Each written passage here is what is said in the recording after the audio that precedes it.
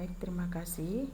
Kesempatan kali ini saya akan melakukan tugas di mata kuliah tugas lapangan umum dan screening dengan dosen pengampu Dr. Budi Laksono, MHSC. Pertanyaan pertama adalah dari report COVID dan beberapa perbedaan data COVID Indonesia, menurut Anda apa penyebabnya? Yang pertama adalah ketidaksinkronan data pemerintah pusat dan daerah. Yang kedua, data COVID yang dilaporkan setiap hari itu menggambarkan keadaan seharian sampai jam 15 waktu Indonesia Barat, sementara data di lapangan itu tetap akan bertambah. Pelaporan data COVID dari daerah yang susah sinyal juga akan memperlambat pelaporan. Tidak ada rujukan pasien COVID-19 di aplikasi NAR.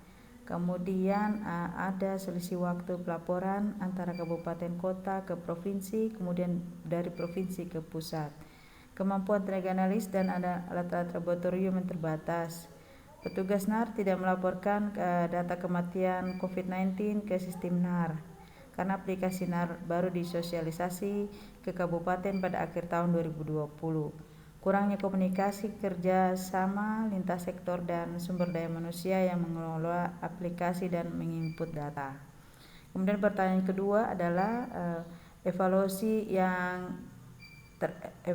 terhadap surveillance yang ada adalah, pertama kita lihat dari kriteria sistem surveillance-nya, yaitu yang pertama, setiap penemuan kasus baru dapat identifikasi, dilaporkan dan dianalisis kurang dari 24 jam.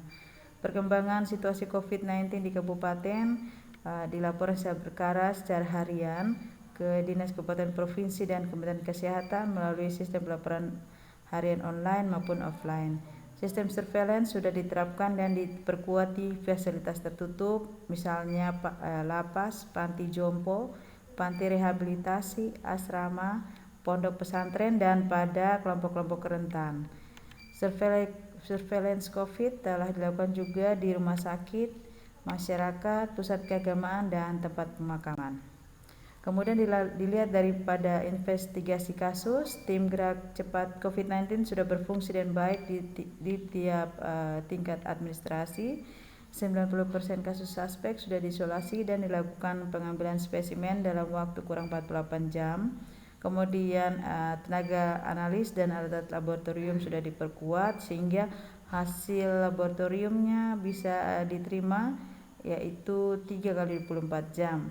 Kemudian menurut pelacakan kontaknya itu adanya kapasitas pelacakan kasus dan kontak yang adekuat sehingga 80% kasus baru dapat diidentifikasi kontak eratnya.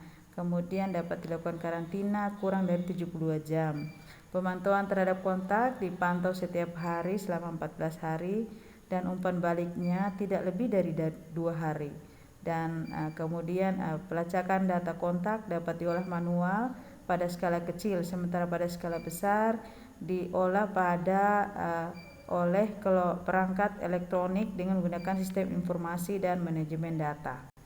Yang pertanyaan ketiga adalah perbaikan sistem surveillance yang perlu dilakukan, yaitu pertama, lakukan sistem satu data dan upaya interoperabilitas data pusat daerah.